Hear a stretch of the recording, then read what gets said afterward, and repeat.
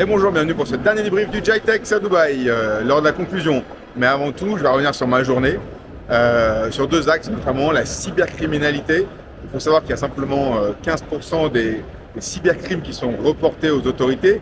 C'était une intervention d'Interpol, et Interpol qui expliquait également que les cybercriminels sont de plus en plus jeunes évidemment le nombre de cybercrimes augmente et c'est très difficile justement d'évaluer ces problèmes de cybercriminalité puisque beaucoup d'entreprises refusent de le reporter pour une question d'image de marque, de réputation.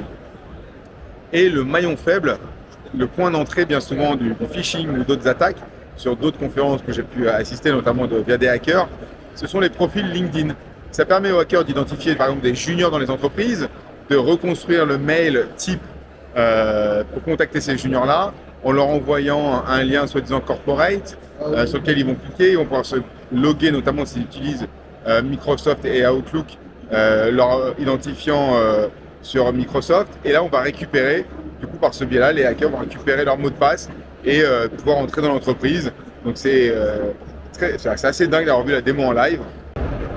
Et on parle même maintenant de cybercriminalité, de plateformes de cybercriminalité as a service, comme les entreprises, avec des gens très calés au niveau technologique qui développent les outils et qui les mettent à disposition de tiers, beaucoup moins férus de tech.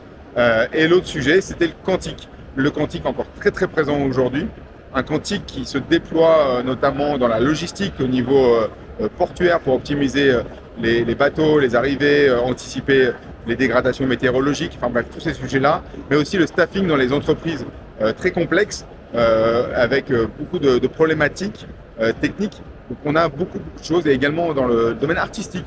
Une start-up est venue me montrer comme quoi avec l'informatique quantique couplée à de l'IA traditionnelle, ils arrivaient à générer des contenus virtuels, notamment dans le jeu vidéo, de manière infinie, voire même reprendre des morceaux de musique pour les faire rejouer et recréer sur le même style de manière infinie. Donc c'est assez dingue l'exploitation qu'on peut faire du quantique. Un quantique, pour les speakers, qui n'est pas du futur, mais qui est aujourd'hui. Et quand on croise les deux, quantique et cybercriminalité, pour eux, d'ici 5 ans, il va falloir repenser toutes les infrastructures de sécurité parce que le quantique pourrait casser toutes les codes d'encryption actuelles. Et au global, donc si je conclue sur ce GITEX 2025, encore une super édition, énormément de monde, beaucoup plus que l'an dernier, c'est bluffant.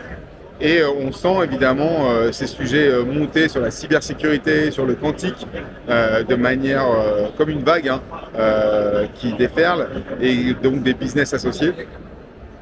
Et je vous remercie, n'hésitez pas à me contacter si vous voulez en savoir plus sur GITEX.